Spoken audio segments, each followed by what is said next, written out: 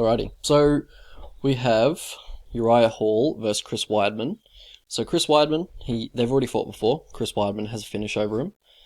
Chris Weidman is getting up there in age though. I think he's nearly 37 now. So yeah, he is getting up there in age, and he hasn't been looking great recently.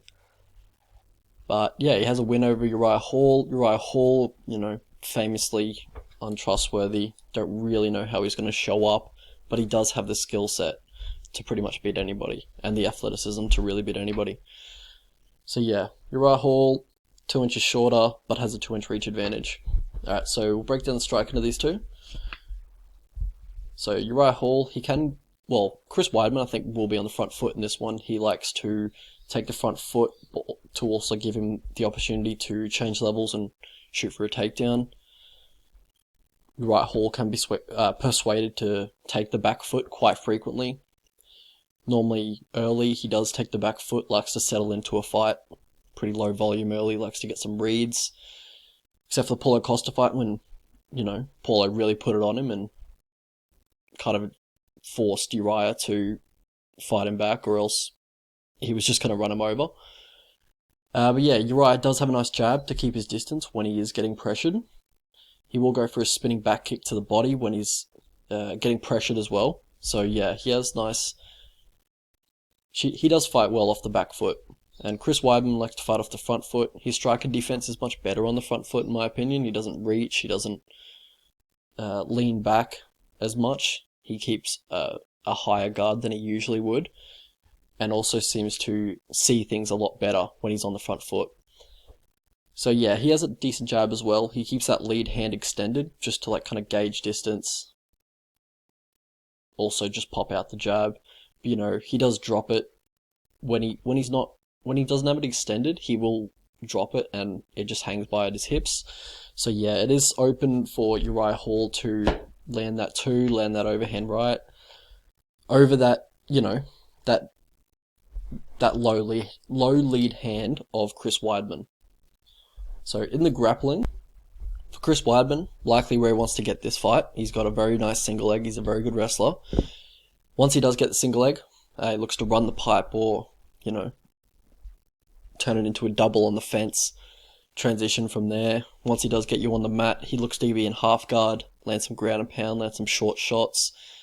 Common with a lot of wrestlers, they do like to just sit in half guard and land some... That's probably their favourite position to land ground and pound from, just for the control they are able to obtain from that position. But, if they do give their back, he doesn't mind taking the back and, locking in the body triangle from there. He is pretty good at taking the back. Uriah Hall will give up dominant position on the mat quite frequently, and also on the fence he doesn't fight for underhooks very often or very hard. So, I don't see Chris Weidman having too much of an issue taking him down this one. But yeah, it is an interesting fight, and it will be interesting if Weidman will be able to take Uriah down, because it is the big octagon, so Uriah will be able to utilize his movement all around the cage, but he will be on the back foot, and Chris will be shooting for those legs and looking to take him down. So how these guys win fights? So Chris Weidman, he's got very good all-round grappling game. He, has really high success rate in his takedowns. I think it's above 50%. Maybe it's around 40%, but, his single leg, very nice technique. He gets a lot of opponents with that. His striking offense is actually, decent. It's improving. Didn't look great in his last fight against Omari, but against Jacare, it was good. He looked really nice in the stand-up. He utilized a lot of feints. He has serviceable boxing. On the front foot, I'd definitely say he's much better. But yeah, when he's on the back foot, can give him a little issue. For Uriah Hall, he has a really nice jab. Uses his length really nicely. He's very athletic. Everything was with speed. Even late in fights, he never loses that explosion. He always has that fast twitch muscle fiber that he can rely on. So how these guys lose fights? So, Chris Weidman, his chin is just absolute glass. If you hit him good, he'd probably go down. And yeah, it's not hard to put out cold these days. He is uncomfortable when he is pressured and he is striking off the back foot. He has poor striking defense of the back foot. Hands aren't near the chin. He reaches for opponents.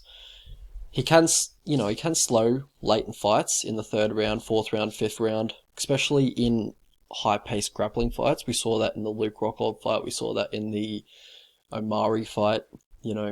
If he does utilize a heavy wrestling game plan and it is semi-competitive, he does tire out pretty quickly. So for Uriah Hall, he lets opponents push him to the fence quite frequently and then clinch, shoot their takedowns, quite passive in the grappling transitions and the grappling situations on the fence. So yeah, but also has had trouble with pressure fighters before. Uriah Hall, Paulo Costa, who else? Bloody hell, can't think of any. Let me get back to you. Yeah, so guys like Masasi, guys like Kelvin Gastelum, Derek Brunson, Paulo Costa, the guys that got, put it on you, seems to kind of wilt under the pressure, seems to be a little bit flaky. Yeah, I'm probably gonna, stand by that. I think, he's a little bit flaky. If you do put the pressure on him, I think he will crack eventually. He's always dangerous in a fight. He's always got that one-punch knockout power. He's always got that finishing ability. But I sense a little bit of flakiness in him, and I don't think I'm the only one sensing that, so it's not that controversial to say.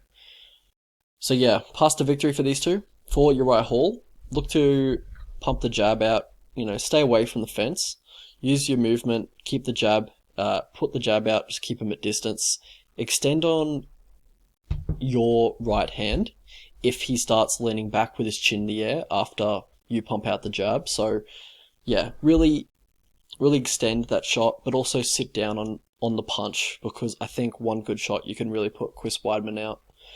For Chris Weidman, if Uriah's going to throw body kicks or leg kicks or whatever, what have you, look to catch one of those kicks, work a single leg off that, but also just feint, just the pressure game plan, and just get him onto the fence, and then look to clinch from there, or just shoot for the double leg or the single leg. But so if you are getting in trouble, look to clinch up, look to get it to the fence and control him on the fence. How I see this fight playing out? Alright. So, let me just think for a second. I'm probably just going to stay away from this fight, honestly, because I thought Chris looked really bad in his last fight. Like, I bet him in his last fight. I thought he had a good stylistic matchup, but he just looked really bad. His wrestling looked okay, but, just the gas tank didn't look great. Uriah, I wouldn't trust this guy with my money at all. Nearly lost had a competitive fight with Anderson Silva, and as soon as he let his punches go, he put him out pretty much. I can see the Uriah jab and the 1-2 really giving Chris Weidman problems if he's going to start leaning back.